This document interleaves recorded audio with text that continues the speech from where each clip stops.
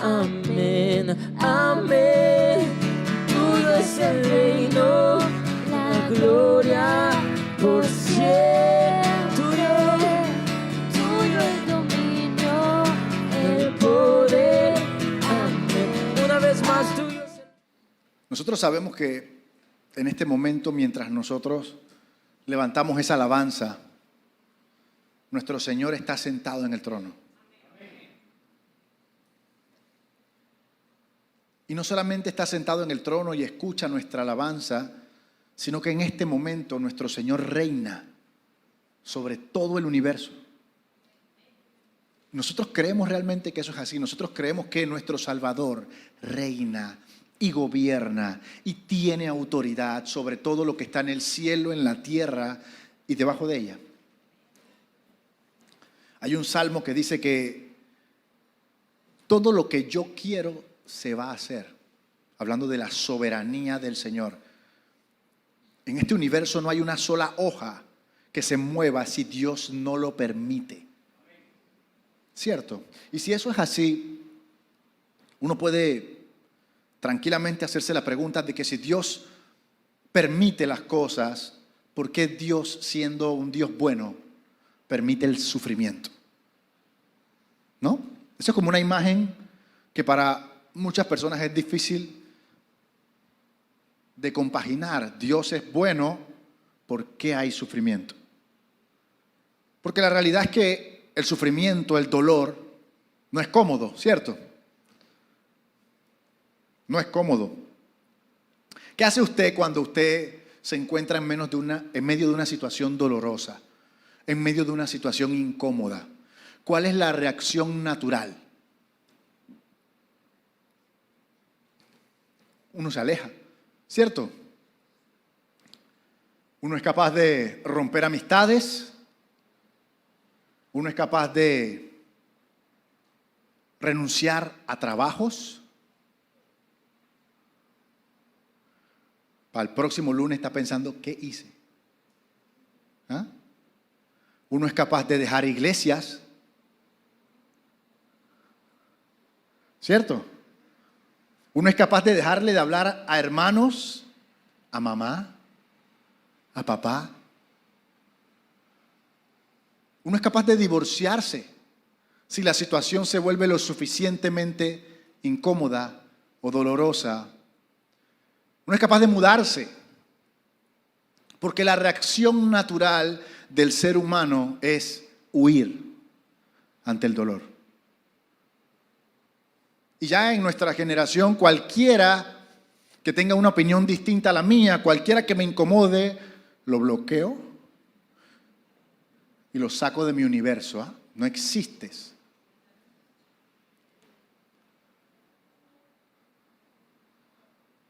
Pero la realidad es que ninguno de nosotros hemos crecido en las situaciones fáciles. ¿Cierto? Yo creo que todos podemos estar de acuerdo en que ha sido en esas temporadas difíciles donde hemos conocido a Dios como nunca antes lo habíamos conocido. Es en esas temporadas difíciles donde las circunstancias nos exponían a nuestros límites, a nuestras inseguridades, a nuestros temores, a nuestra verdadera fe, donde realmente quedaba expuesto qué realmente yo creo y qué realmente yo digo que creo, pero que no creo. ¿Cierto? ¿Cuántos de nosotros hemos dicho, mi Dios es un Dios que sana? Y no nos tiembla el pulso para orar por el enfermo, pero el día que yo caigo enfermo, ¿por qué será que uno cree que uno es la excepción del poder de Dios? Que para todo el mundo hay, pero cuando me toca a mí, bueno, a lo mejor Dios no me quiere sanar. ¿Por qué nos sentimos cómodos yéndonos a ese lugar de incredulidad? Preferimos someternos al hecho de que me voy a quedar con esta enfermedad, a pesar de que Cristo murió en la cruz por mi sanidad, que doblar mis rodillas y entrar en la guerra espiritual para ver la sanidad de Dios manifestarse en mi vida. Miren, cada vez que uno de nosotros es expuesto a este tipo de situaciones extremas, situaciones donde nuestras capacidades no son suficientes, situaciones en donde nuestros recursos no son suficientes, situaciones donde uno piensa, me voy a morir, este va a ser mi final, hasta aquí llego, situaciones donde todas las puertas de acá abajo se comienzan a cerrar y uno pierde la esperanza. Lo que tenemos que tener claro es que las puertas de acá abajo se comienzan a cerrar para que uno mire para arriba.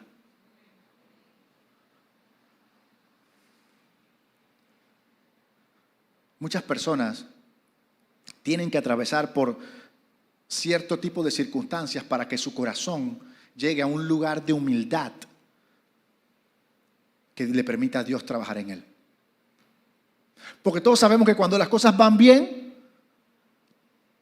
soy yo, nos alejamos del Señor, es la realidad. Nunca nuestra búsqueda es tan intensa, tan apasionada, tan comprometida cuando o estamos enfermos de una enfermedad grave, o tenemos un familiar cercano enfermo con una enfermedad grave, o nos despidieron del trabajo, o estamos en un tema de divorcio. Nunca nuestra búsqueda es tan intensa. Lo importante aquí es que la Biblia dice en Jeremías 33:3 que si tú clamas a mí, yo te respondo. Ahí no dice cuándo, ni por qué, ni para qué. A Dios realmente no le interesa si tú te acercas a Él porque hay un cáncer, porque hay un divorcio, porque hay un despido. La promesa aplica en todas las circunstancias. Acércate a mí y yo me acerco a ti. Clama a mí y yo te respondo. ¿Y qué pasa cuando Dios responde? ¿Ah? Cuando Dios responde, que ya tú llegaste y tú dijiste, Señor, yo no sé qué hacer. ¿Sabes lo que nos cuesta a nosotros llegar y postrarnos delante del Señor y decir, yo no sé qué hacer, Señor? ¿Cuántas veces tú has hecho eso? ¿Cuántas veces has dicho, Señor, me rindo? Después de haber intentado 3 veces algo que yo sé que te desagrada, me rindo.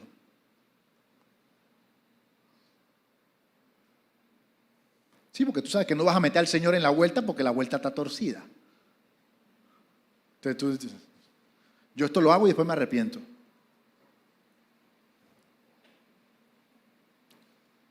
Pero cuando lo buscas de todo corazón, Él se mete en la circunstancia. Él interviene. Cuando uno ora, uno le pide al Señor que intervenga en los asuntos de la tierra. Usted no se da cuenta que en la Biblia Dios siempre llegó ante un hombre. Hey, Abraham, vete de tu casa y de tu parentela. Abraham, sí, listo, vamos. Hey, Moisés, ve, sí, listo, vamos. Hey, Josué, ve, listo, vamos.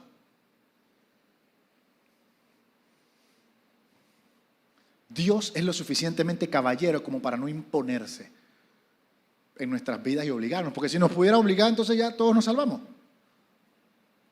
Pero es el libre albedrío el que nos tiene aquí.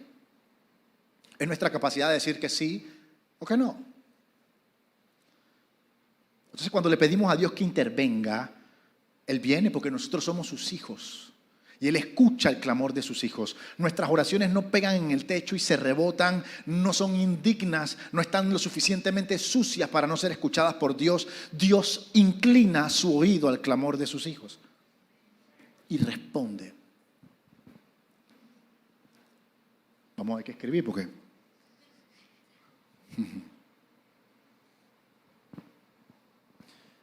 Y cuando Él responde, ¿qué hace?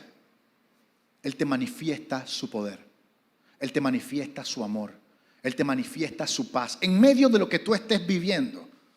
Tradicionalmente, tú vas a estar derrumbado en el piso con una incredulidad, con una falta de fe en esa área de tu vida. Y entonces Dios viene y se manifiesta con poder. ¿Para qué? Para que tu área de tu fe crezca en esa área. Señor, uno clama, Señor, dame un trabajo, y luego viene Dios y entonces tú desde ese día en adelante, tú crees que Dios da trabajo. Tú crees que Dios provee. Estamos enfermos, Señor, ayúdanos que nos vamos a morir. Dios sana. Porque no es lo mismo decir que Dios sana que Dios te sane. ¿Qué pasa cuando eso sucede? Tú le abres tu corazón al Señor. Tú comienzas a confiar en el Señor. Tu corazón deja de ser de piedra y tú estás dispuesto a entregarle estos aspectos de tu vida al Señor y decirle: Señor, yo confío en ti, haz lo que tengas que hacer. Cuando tú le abres tu corazón al Señor, el amor de Dios entra en tu corazón. ¿Y qué dice la palabra del amor de Dios? Echa fuera todo temor. Y entonces tu corazón es transformado. Entonces ya tú dejas de temerle a lo que le temías. Entonces ya tú sabes que ese Dios todopoderoso va junto a ti y tú enfrentas la vida desde otro lugar. Y dejas de ser una iglesia que se arrastra y que está todo el día suplicándole al Señor que te dé cosas que ya te dio. ¿Sabe que nosotros nos las pasamos pidiéndole al Señor cosas que ya nos dio? Dice: toda bendición, toda ha sido dada en Cristo Jesús. Entonces tu pelea no es que Dios te dé algo. Tu pelea es con el que te quiere quitar algo que ya Dios te dio. Y que encima te está convenciendo de que no lo tienes.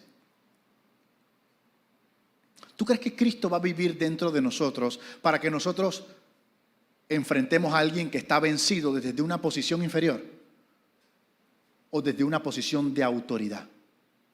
Nosotros estamos sentados juntamente con Cristo, dice la palabra.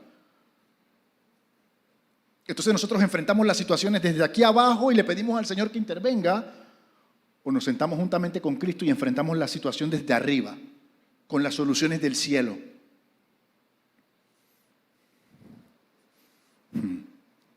Miren, a nosotros somos alérgicos al dolor. Esa es la realidad. A nadie le gusta eso. Si usted habla con la generación de hoy, ni siquiera voy a decir cómo le dicen, pero le dicen la generación de cristal, porque todo. Antes estaba hablando con un hermano y yo le decía: mira, esta generación trata de excusar su conducta por cómo se sienten. Y dicen que la razón por que se sienten así es por la culpa de los demás. Entonces la culpa de los demás es que se sienten como se sienten y actúan como actúan por cómo se sienten. Pero luego tienen la autoridad de decidir quién son, cuál es su identidad. Yo soy tal cosa, yo soy aquello, yo soy aquello. Pero cuando la vida real en la que estamos usted y yo, y ellos también, les enfrenta, quieren salir huyendo.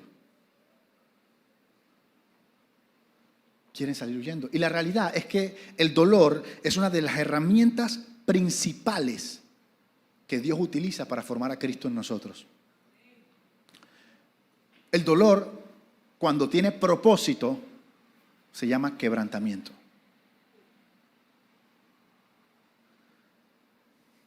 Y el Evangelio es la escuela del quebrantamiento. Mire, Dios permita que nosotros atravesemos por procesos de quebrantamiento. Dios los permite. Mire, por mucho que nosotros pensemos que eso es incómodo, que es doloroso, que es angustioso, Dios lo permite en nuestras vidas porque Cristo tiene que ser formado en nosotros.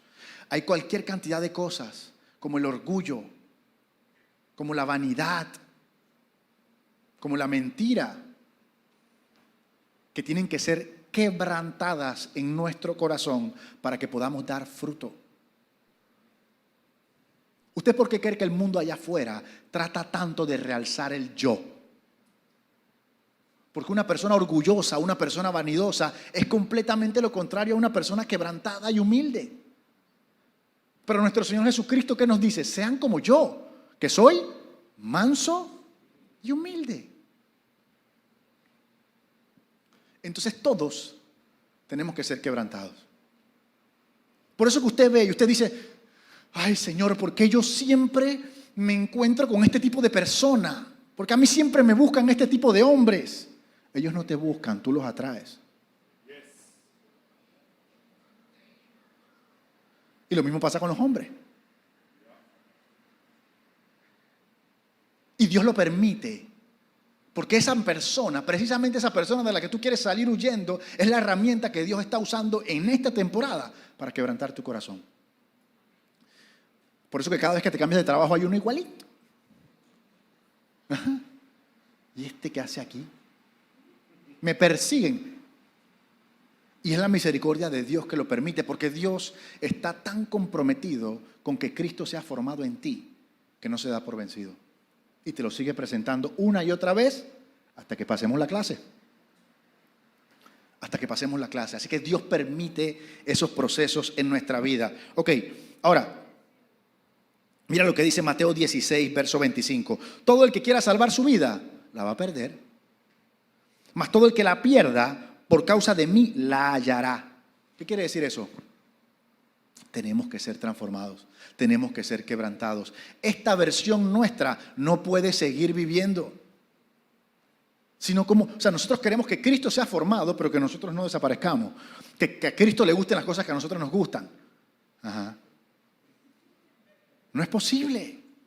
Y tenemos que dejar de vivir un cuento y entender que estamos sentados aquí para que Cristo sea formado. Eso significa que yo tengo que ser deformado. Yo tengo que desaparecer. Esas cosas a las que me estoy aferrando son precisamente las cosas que están impidiendo que Él sea formado. Y les digo algo, tú estás escogiendo esas cosas por encima de Él.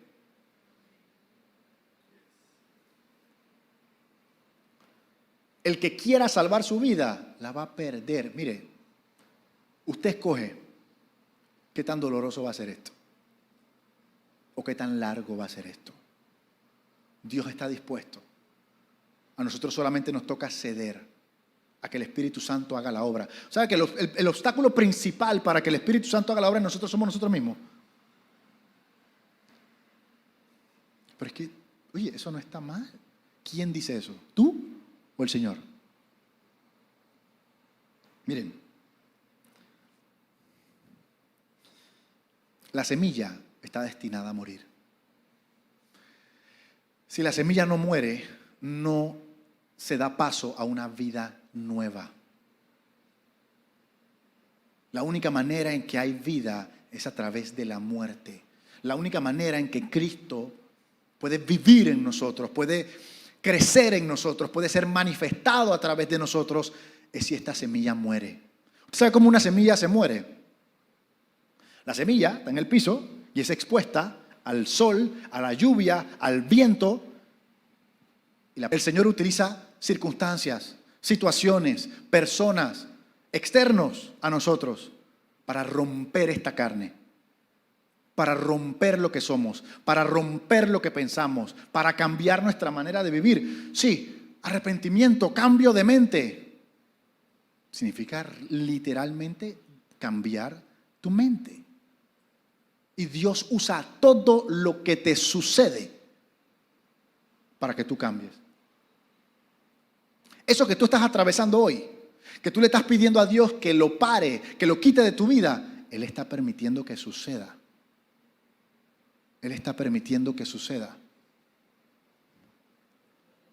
Porque tú sabes que nunca has buscado a Dios como lo estás buscando ahorita. Que hasta hoy tú creías que podías solucionar todo. Que la vida te había enseñado de que tú podías, que son tus capacidades, que tú tenías la capacidad de manejar las circunstancias y las situaciones, pero ahora te has dado cuenta que no. Ahora te has dado cuenta que no. Mira,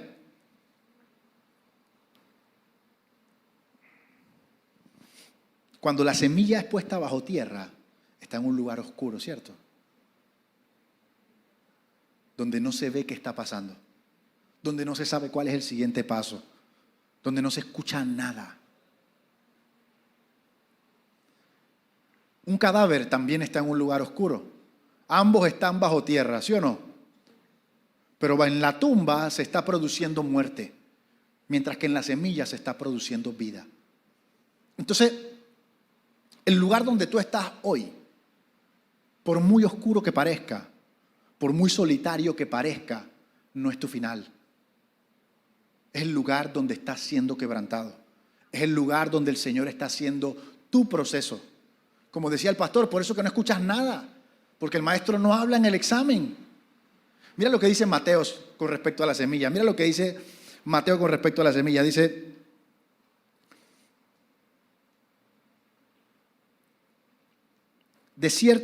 Lucas 12, 24. De cierto les digo que si el grano de trigo no cae en la tierra y muere, queda solo. Pero si muere, produce mucho. Y hay veces que nosotros estamos en cierto proceso de quebrantamiento donde estamos siendo formados. Estamos siendo formados, no estamos siendo torturados, no estamos siendo castigados. Es un proceso. Y de repente estamos solos. Y de repente nos comenzamos a preguntar, ¿por qué todo el mundo me dejó solo?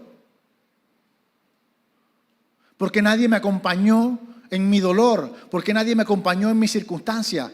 Porque la semilla tiene que quedar sola, bajo tierra, para dar fruto. ¿Por qué? Porque mientras sigamos buscando las mismas respuestas en los mismos lugares, con las mismas personas, no vamos a prestarle nuestro corazón a que Dios nos hable. Y a veces la manera en que Dios encuentra que podemos escucharle es cuando nos deja solos. Mateo 4 dice que Jesucristo fue llevado al desierto por el Espíritu. Fue llevado solo y vivió su proceso solo. Y vivió ese ayuno de 40 días y 40 noches solo. Y enfrentó al diablo solo. Y vivió su proceso. Y después que salió, mira lo que dice Lucas 4, dice, verso 14, Jesús volvió en el poder del Espíritu hacia Galilea. Y nosotros viene la prueba y viene la circunstancia y queremos meter a un chorro de gente en el saco. Gente que no tiene nada que ver. Y no solamente eso, también hay personas que se meten en procesos de otras personas que no se deberían meter. Yo una vez estaba en el semáforo, me toca en el vidrio una señora que yo la había visto en el ministerio de indigentes. O sea, ella era una indigente, pero de día estaba vendiendo en un semáforo, ¿no? Y yo le iba a dar plata. Y el Señor me dice, no le des plata, que estoy tratando con ella. Nosotros no estamos aquí para hacer cosas buenas. Nosotros estamos aquí para obedecer al Señor. Porque lo que nosotros consideramos bueno en el momento equivocado es algo malo. Y queremos estar ayudando a veces a personas que están en la mano de Dios. Y queremos sacarlas de circunstancias en las que Dios las metió. Para quebrantarlas, para procesarlas. Porque nuestra asociación es que la gente no sufra. Es que yo no quiero que mis hijos sufran. Mira, si tienen que sufrir para que se salven, que sufran. Porque ¿de qué le vale al hombre salvar el cuerpo si pierde el alma? Y lo mismo pasa con los discípulos. Estamos más pensando es que se sienta bien, que se sienta contento, que tenga paz. No, yo lo que quiero es que Cristo sea formado en ti. Y si tenemos que pelear 5 veces, vamos a pelear. Porque después lo vas a agradecer. Tú puedes tener la iglesia llena de gente feliz que se están yendo para el infierno.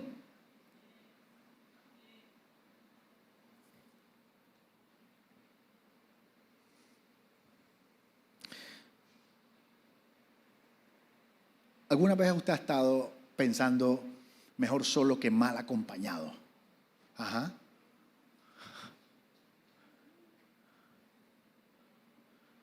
¿Pero qué te pasa? Yo prefiero estar solo. Mira, a Jesús le pasó eso. A Jesús le pasó eso una vez.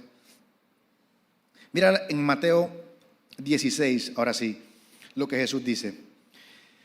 Desde entonces Jesús comenzó a declarar a sus discípulos que Él era necesario, que era necesario. Y si algo era necesario para Jesús era porque era la voluntad de Dios.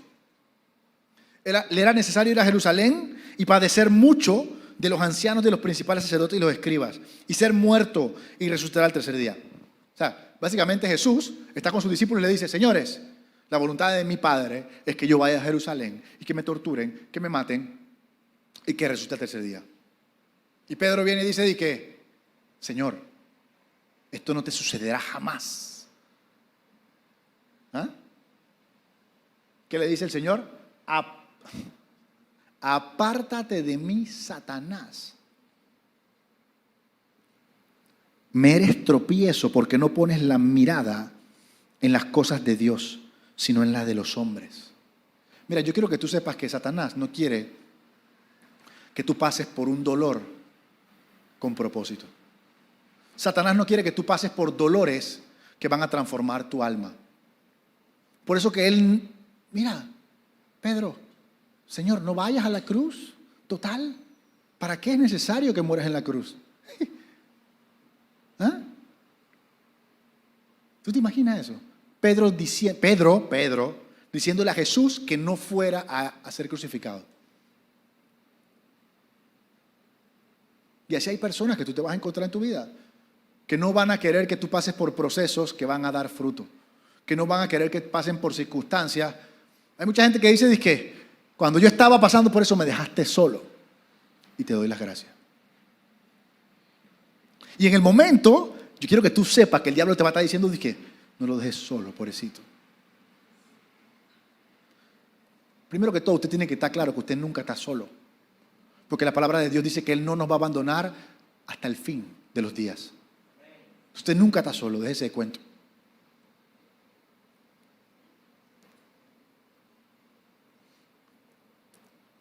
Mira lo que le pasó. Usted sabe la historia de David con Saúl, ¿no?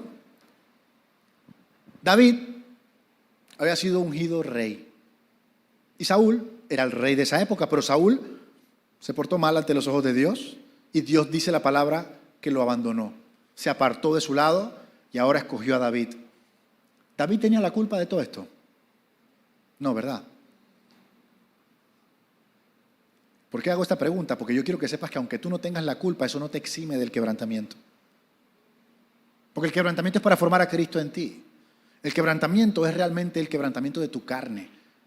No de que te quieren matar, ni nada que se le parezca.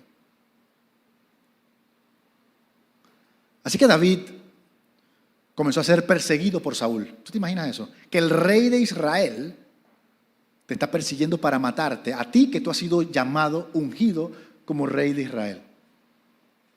Cualquiera dice, estamos bajo la ley, ojo por ojo. Este tipo va a venir contra mí, yo voy. Pero dice que David se escondía en las... Yo estoy hablándole de años, David huyendo a Saúl, viviendo en cuevas. O sea, la cantidad de salmos que David escribió. Para cuando usted vaya leyendo los salmos, usted entérese que David estaba en una cueva huyendo de Saúl, temiendo por su vida, lejos de su familia. Y no estaba solo. Dice que Saúl entró a una cueva donde estaba David. Y David tuvo la oportunidad de interrumpir su proceso de quebrantamiento. David tuvo la posibilidad de decir, se acabó esto, papá, venga mi reinado. Pero la palabra que dice que hizo, le cortó el borde del manto y le dijo al rey, mira, yo pude haberte matado, acabar con mi proceso, acelerar los tiempos, acabar con mi quebrantamiento, acabar con mi dolor, con mi soledad, pero yo respeto la voluntad de Dios. Y si Dios está permitiendo que esto suceda, gloria sea al Señor. ¿Sabe lo que es eso? ¿Cuántos de nosotros hemos tenido la posibilidad, los recursos para interrumpir las circunstancias que estamos viviendo? ¿Y cuántos en medio de ese momento le preguntamos al Señor si Él quiere que la interrumpamos o no? ¿O pasamos el tarjetazo de una?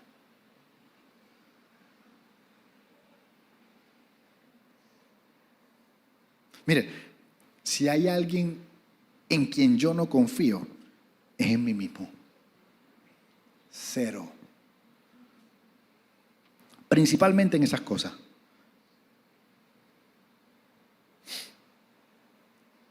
Estos hombres pudieron interrumpir su proceso de quebrantamiento y no lo hicieron. Confiaron en el Señor y luego vieron el fruto.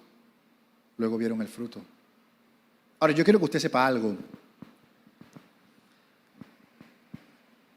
La primera semilla que el Señor sembró en esta tierra fue su Hijo Jesucristo. El Señor sembró a su hijo para cosechar hijos. Tú siempre lo que quieres cosechar, ¿no? Y esa primera semilla tuvo que morir para que nosotros tuviéramos vida. Y lo más brutal es que esa primera semilla también pudo interrumpir su proceso de quebrantamiento. ¿No? Jesús vivió un proceso de quebrantamiento. O sea, imagínense que si en el principio estaba el Verbo y el Verbo estaba con Dios, significa que Jesucristo desde el principio, desde los tiempos, estaba sentado en lugares celestiales, viviendo en intimidad con su Padre, gobernando sobre todas las cosas, creando todas las cosas. Y Él aceptó venir aquí por nosotros, hacerse hombre y vivir todo esto que vivió por nosotros. No es en vano que cuando Él estaba en Getsemaní, su oración era: Señor,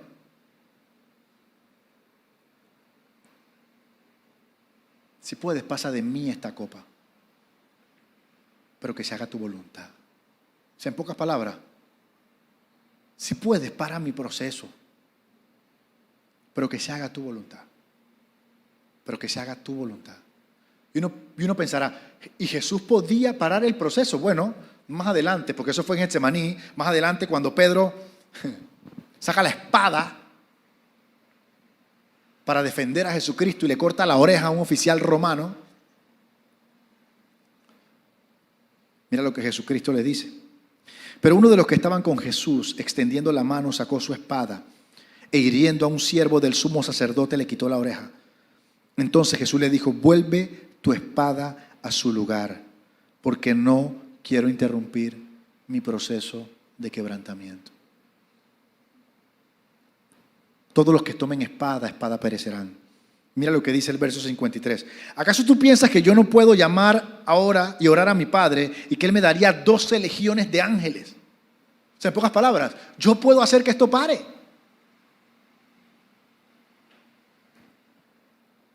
Pero yo entiendo que tengo que pasar por esto. Una vez, yo no me acuerdo qué pasaba, que algo pasaba con el pastor y yo iba a ir dizque a defenderlo. Y nuestro mentor me dice: Pedro, baja la espada, que esto es necesario que suceda. Y a veces nosotros hacemos eso, nosotros sacamos la espada, vamos a defender a la persona y Dios está permitiendo que eso suceda. Dios está, mire, usted ni siquiera se conoce a usted mismo, usted va a conocer lo que la otra persona necesita. Pues, no es justo lo que le está pasando. Y yo no sé. Yo realmente cada día me doy cuenta que no sé nada, de nada. Ahora, Jesús pasó por ese momento, dice que sudaba sangre. ¿Han escuchado esto, no?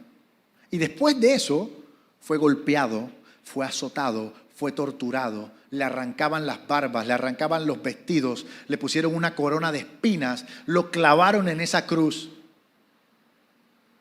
Usted sabe que a los dos hombres que estaban crucificados al lado de él, les rompieron las rodillas para que no pudieran sostener el peso, entonces el peso es mayor y se mueren más rápido. Y él dijo: a mí no. Yo no quiero interrumpir mi proceso de quebrantamiento. Él se pudo haber bajado de esa cruz, pero él aguantó la burla, él aguantó el dolor. Ahora usted se preguntará: ¿y cómo? Sí, eso está muy bien, pero era Jesús. ¿Cómo hizo Él para soportar tanto dolor? ¿Cómo hizo Él para aguantar tanto sufrimiento? Bueno, la palabra nos dice, en Hebreos 12, verso 1, dice: por tanto, nosotros, teniendo en derredor nuestro tan grande nube de testigos, despojémonos de todo peso y del pecado que nos asedia, y corramos con paciencia la carrera que tenemos por delante, puesto los ojos en Jesús, el autor y consumador de la fe. Aquí viene el cómo. El cual, por el gozo que estaba puesto delante de él, sufrió la cruz, menospreciando el oprobio, y se sentó a la diestra del trono de Dios. ¿Cómo Jesús hizo para soportarlo? Puesto los ojos en el gozo que estaba delante de él, en la eternidad, en el mundo espiritual. Mire, tu perseverancia no está sustentada en qué tan intenso es el dolor o no. Tu perseverancia no está sustentada en qué tan largo va a ser el dolor o no. Tu perseverancia está sustentada en el gozo que tienes delante de ti. En que esta pequeña y leve tribulación no se compara con el eterno peso de gloria que nos espera. Tú no vas a soportar el dolor. Mire, ¿sabes lo que nosotros hacemos tradicionalmente, no? Tratamos de apagar lo que nos está causando dolor. Tratamos de extinguir la fuente. ¿Sí o no? Eso no es lo que va a calmar tu dolor. Tu dolor no va a calmar los calmantes, ni que te digan que ya pronto va a parar. Si tú tienes tu mirada en lo que viene después del dolor, tú vas a resistir el dolor. Tú vas a aguantar el proceso. Eso es como las mamás. ¿Tú crees que parir un hijo no duele? O sea, yo no sé si duele, pero a mí me dolía la mano, por ejemplo, y el brazo, era como así. Pero cuando ese bebé nace, se olvida todo. A tal punto que después quieren tener otro. Entonces, si en este momento tú crees que tú vas a... Alguien se fue a... Si en este momento tú crees que tú vas a navegar por la situación dolorosa que estás atravesando, pensando en cómo hacer para acabarlo, más bien búscale un propósito a ese dolor. Pregúntale al Señor qué es lo que Él está haciendo en tu corazón. Porque así como Cristo tuvo que morir siendo la primera semilla para que nosotros tuviéramos vida, ahora Cristo está en nosotros. Y Cristo en nosotros es esperanza de gloria. Ahora nos toca morir a nosotros. Ahora nos toca morir para que Cristo sea manifestado a través de nosotros. Ahora entendemos lo que Juan decía. Es necesario que yo, para que Él crezca.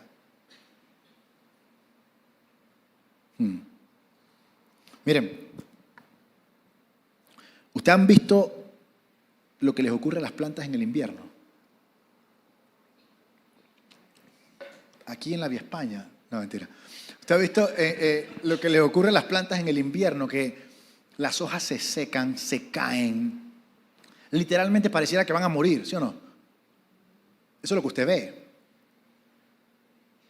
Lo que sucede es que la nieve y el hielo caen sobre la planta y son tan pesados que las hojas se caen. Y la savia no puede circular con la facilidad que debería y la planta comienza a sufrir. De la tierra para arriba, de la tierra para abajo se está fortaleciendo. Porque toda planta bajo estrés extiende sus raíces, tiene mecanismos de defensa. Para que cuando vengan las lluvias de la primavera, la planta recupera y se ha ido preparando. Se ha ido preparando ¿para qué? Para dar fruto. El enemigo ha querido por mucho tiempo decirnos que esas temporadas grises son castigos o son nuestro final. Y tenemos que entender que son momentos de preparación. Son momentos en los que Dios nos está exponiendo a nuestras incapacidades, a nuestras limitantes, para manifestar su poder. ¿Por qué usted cree que la palabra dice que su poder se manifiesta, se perfecciona en nuestra debilidad? Mientras menos de nosotros hay más de Él. ¿Qué le pedía Él a Moisés que hiciera? Que metiera la vara en el mar. Y Él hacía el resto. ¿Qué nos hace pensar a nosotros que ahora nosotros estamos en control de la circunstancia y que el avance del reino de los cielos depende de nosotros? Dios sigue siendo el mismo. Dios sigue siendo el mismo. Mire, hay un hombre que se llamaba Jacob. ¿Lo conocen? Bueno, Jacob salió huyendo de su proceso con Esaú. Jacob salió huyendo de su proceso con su tío Labán. Jacob salía huyendo de todos los procesos. ¿Suena familiar? Hasta que un día decidió atravesar su proceso. Y se enfrentó a un ángel. Y dice la palabra que estaba luchando contra el ángel, al punto que no podía vencer a Jacob el ángel. Así que le tuvo que pegar en la coyuntura del muslo, lo dejó cojo. ¿Qué hace usted cuando un perro lo muerde? Usted lo deja y se va, ¿no? ¿Sí o no? Pero dice la palabra que cuando el ángel le pegó en el muslo a Jacob, ahí fue que Jacob lo abrazó. Y le dijo, de aquí no te vas. O sea, tú abrazarías a alguien que te acaba de lesionar el muslo y le dices que de aquí no te vas hasta que me bendiga. No, tú le dices, bueno, ahora sí, pues vete. Ya que insistes, ya es hora de que te vayas. No, le dijo, mira, no te voy a soltar hasta que me bendigas, hasta que me transformes. No voy a soltar este proceso hasta que no sea quebrantado, porque ya no quiero seguir siendo el suplantador, ahora quiero ser Israel. ¿Cuántos de nosotros hacemos eso? Y le decimos, Señor, no acabes este proceso hasta que me transformes. ¿Ah? ¿Sabe qué oración es bien peligrosa? Señor, haz lo que tengas que hacer. Papá. Sí, porque nosotros pensamos que esto es...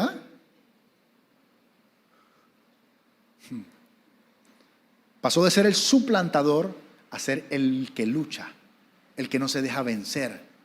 Le cambió de nombre, le cambió de identidad. Y eso es lo que pasa, somos quebrantados. Mire, no es un castigo, es una bendición. Es que Dios está tomando el tiempo de trabajar en nuestro corazón y de formar a Cristo. Lo que Cristo viene a buscar es una iglesia sin mancha y sin arruga. Significa que nosotros tenemos que ser transformados. A menos que usted piense que ahorita mismo usted no tiene ni mancha ni arruga y usted ya es la iglesia gloriosa de Jesucristo. De lo contrario, tenemos que ser transformados. Y yo sé que a estas alturas usted sabe que ese es el sistema. Y usted sabe que funciona. Y usted sabe que siempre se resiste al principio. Y siempre manda a volar al que Dios está usando para... Y después le da las gracias.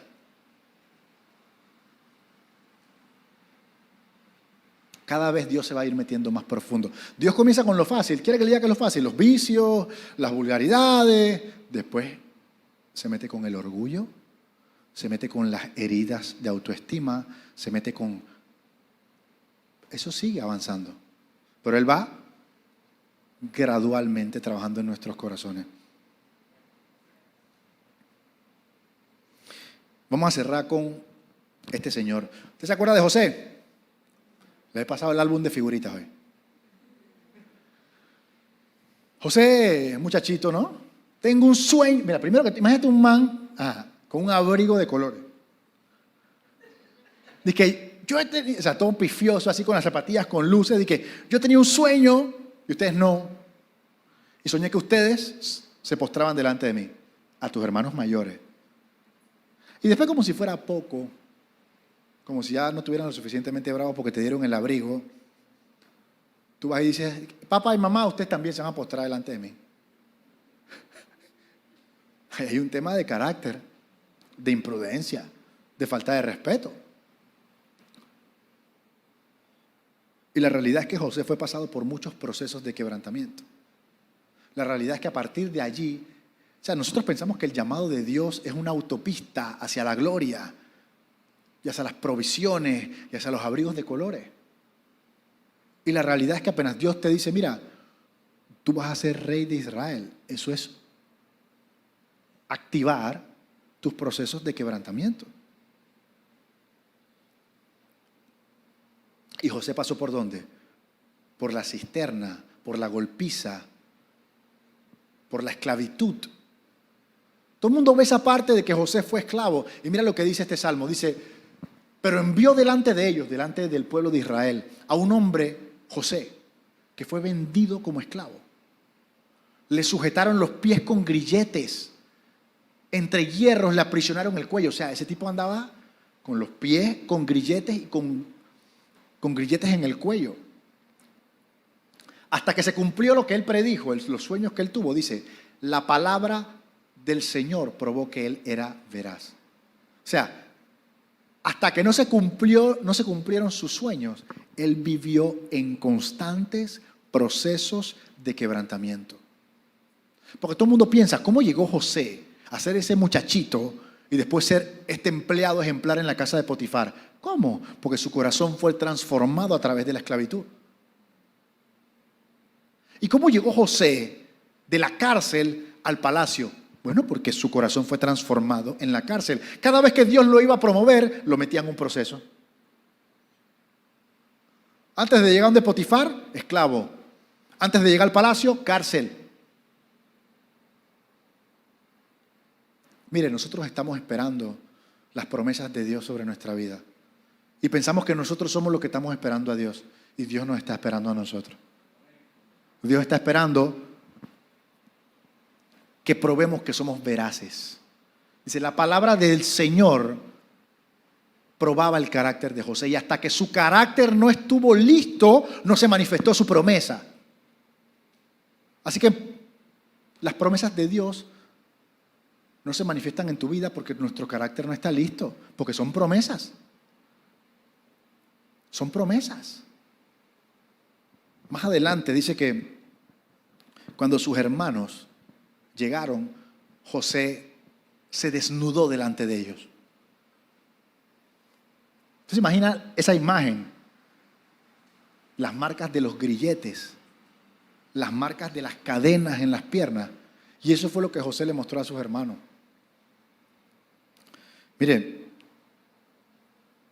de la misma manera en que José, nuestro Señor Jesucristo, habiendo podido escoger su cuerpo glorioso para presentarse a sus discípulos y para que nosotros nos encontráramos con Él, con ese cuerpo glorioso en el Apocalipsis, dice que nosotros vamos a ver sus cicatrices. Él escogió presentarse delante de nosotros con sus cicatrices, con las muestras, con las huellas de su quebrantamiento.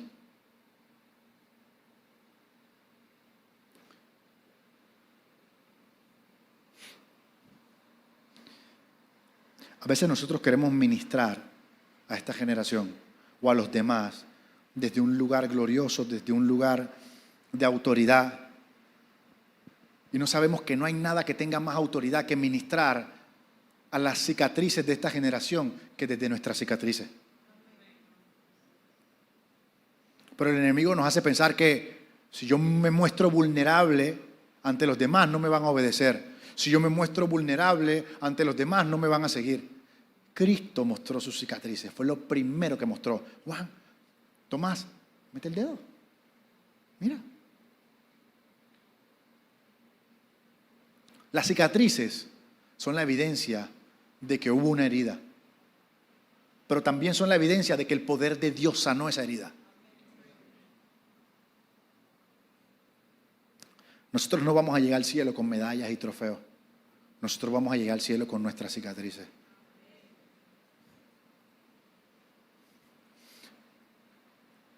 ¿Qué estás experimentando en este momento? Pongámonos de pie. ¿Qué proceso de quebrantamiento has estado huyendo durante todo este tiempo? Y inclusive sientes que estás estancado. Sientes que espiritualmente no estás dando fruto.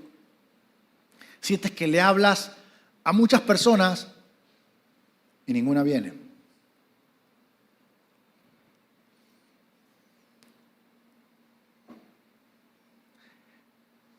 Este no es el museo de los santos, este es el hospital de los pecadores. Y yo quiero que en esta noche nosotros nos comprometamos a permitir realmente que el Señor trabaje en nuestros corazones. Si hay una cosa que no se nos va a devolver, es el tiempo. Y nosotros hoy tomamos las decisiones que determinan cómo vamos a vivir el mañana. ¿Realmente queremos ver la gloria de Dios como decimos? ¿Realmente queremos ver el rostro del Señor como cantamos y adoramos? ¿Realmente queremos ver el poder de Dios manifestarse en nuestras vidas? Pues tenemos una guerra con nosotros mismos. Pues el que quiera ser mi discípulo, que tome su cruz, que se niegue a sí mismo y que me siga. A la crucifixión. Señor, en esta noche te pedimos que nos ayude realmente queremos en ti. Realmente queremos honrarte. Realmente queremos buscar tu rostro. Realmente queremos que nuestra vida sea agradable a ti. Realmente queremos darte la recompensa que tú te mereces por tu sacrificio, pero realmente no sabemos cómo. Realmente no sabemos cómo dejar las cosas que nos atan. Realmente no sabemos cómo dejar de frecuentar las personas, los lugares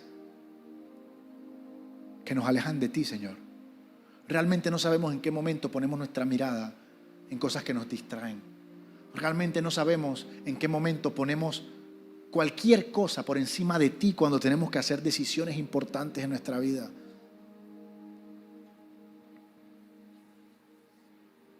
Señor, nosotros queremos ser esa novia que tú vienes a buscar.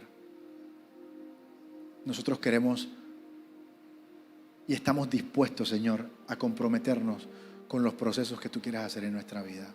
No estamos conformes con lo que hemos visto hasta ahora. Queremos más, sabemos que hay más y queremos más de ti, Señor. Hoy ponemos nuestra vida en tus manos, Señor, para que hagas lo que tengas que hacer. Espíritu Santo, fortalécenos en medio del proceso. Acompáñanos en medio del proceso. Levántanos en medio del proceso. Calla las voces que nos condenan. Calla las mentiras que nos alejan de ti. Ayúdanos a perseverar en ti, Señor. Te damos gracias, Señor. Y todos decimos, denle un fuerte aplauso, Señor.